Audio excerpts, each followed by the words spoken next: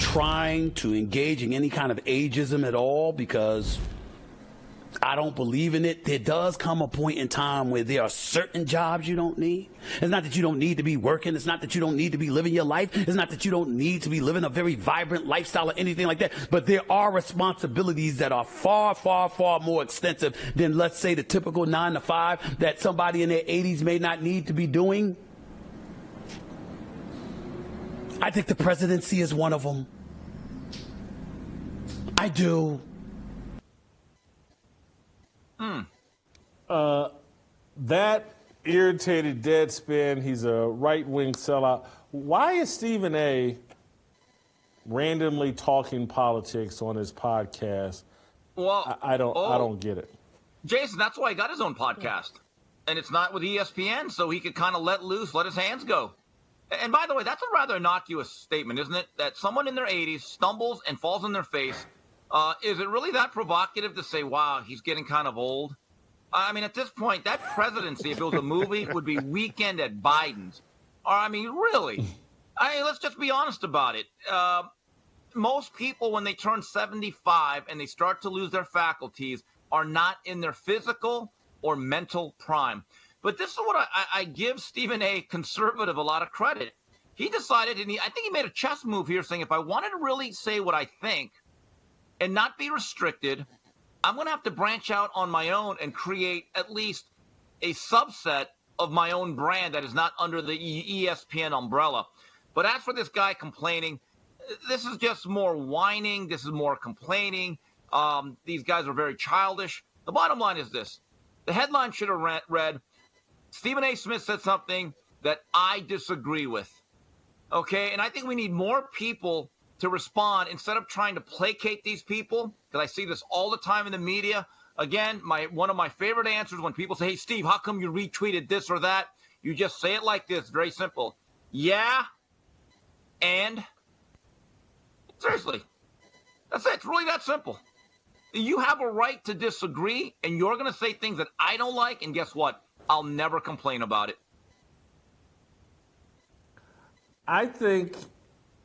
I just don't think Stephen A.'s being authentic.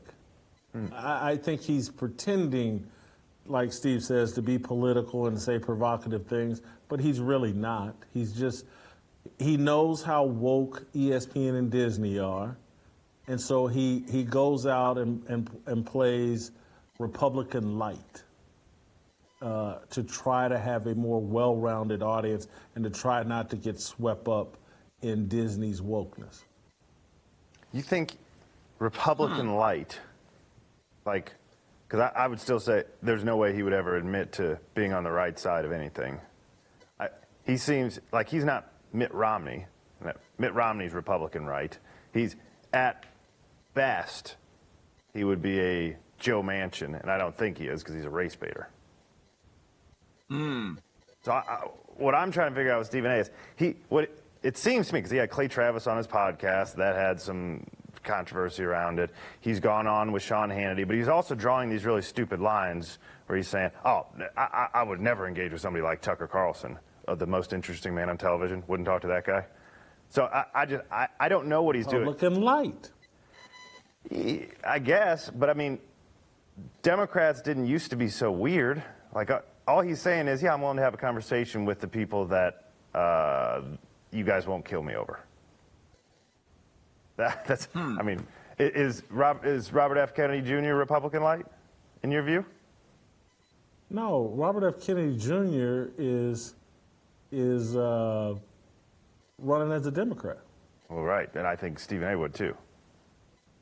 You think Stephen A. is a Republican? No, I think he's trying. Again, Republican light is another way of saying rhino. Republican in name only. It's phony. It's so you're saying Romney.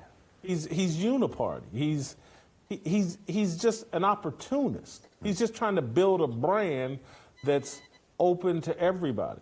Do you think there's a chance he knows that the sports world is collapsing and that he's going to have to expand outside of his stupid Jordan versus LeBron debates at some point once all this cord cutting is through and if he wants to keep a career? Because he's not that old. And at some point, you have to be more than just the sports guy when people are moving away from sports and the funding's gone. Steve, I'm I going to think he's toss already begun that that. in your lap. I'm going to toss that in your lap. Do you, because it's based on the theory that the sports world is collapsing. Do you think it is? To a certain degree, but here's what I think. What Stephen A. just said right there in that clip is not all that provocative. Again, he said that an 85-year-old plus guy is not in his physical prime, and maybe he shouldn't be a president. That's not even all that partisan. I mean, let's just be honest about it. If that was a Republican who did the same thing and stumbled, I'd be like, boy, this is an issue. And I think there's a belief on both sides of the aisle. We need younger leadership in this country. Okay? So with that said, Stephen A. Smith believes that he is now a personality. Like, he wants to do other things. I think I read a story where he might want to start acting. So it's very obvious to me that Stephen A. in his own mind, hey, I'm more than just sports. I want to talk about more than just, LeBron versus MJ. I can do more. And I think that's one of the reasons why he created that particular podcast. But again, that particular statement that we played, Jay, I don't look at it as all that much pandering or all that provocative. I'm trying to figure out, so you don't think, what I mean by the sports world collapsing is the funding from all of the cable bundles and everything being employed by all of these networks. You're not going to be able to continue to just get handed these $12, $14, $15 million jobs.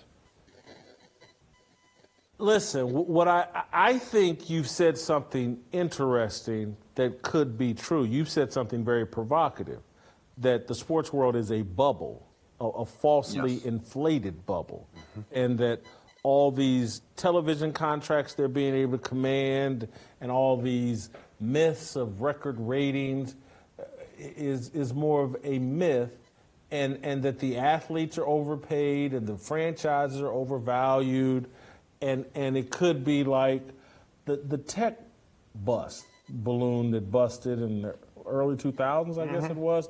And I do think that's a possibility, because I just don't understand how you piss on hardcore sports fans as hard as they have, and there's no serious repercussions to it. And so, to some degree, I believe, hey, this little false, phony world is going to collapse. They're going to have to quit printing money at some point, because that's what I think covers up for all the phony things that are going on in the world. They printed so much money, they just pay for anything.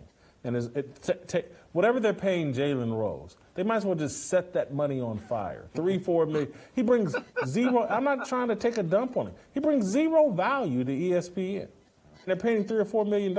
And ESPN's going through layoffs right now over the next 2 weeks, where they are going to jettison people that are making millions of dollars that bring no value. Jalen Rose is one of these guys that's possibly on the chopping block, and that's why he's bending over for Billy Porter. But I think some of the same things are true for athletes. I do. Paying these quarterbacks $40, $50 million a year, does it really make sense? Are they really that valuable? Or any? I don't know. Steve, I'm going to give you the final say, and then we're going to end your show. Yeah, thanks, because I got to get out of here anyway. Got lunch calling. Stephen A. Smith has created an option. And that's the difference, though, TJ. A lot of these guys that you speak about that may be on the chopping block with these Disney layoffs, whether it's Mark Jones, Jalen Rose, Bomani Jones, whoever, Dominic Foxworth, although they may be protected because of their race. Let's just be very honest about it. But there's a lot of other plug-and-play announcers or personalities at that four-letter entity that you're right. They're not going to be missed. Jason, you're right. They don't bring any extra value, no real viewership. The ratings, I kind of bear that out. But Stephen A. actually did something. He created a brand, but then he built upon it. I actually give him credit because he said, you know what? I need to evolve and become more versatile in my skill set and to do more. Now, you want to talk about a guy that's a workaholic.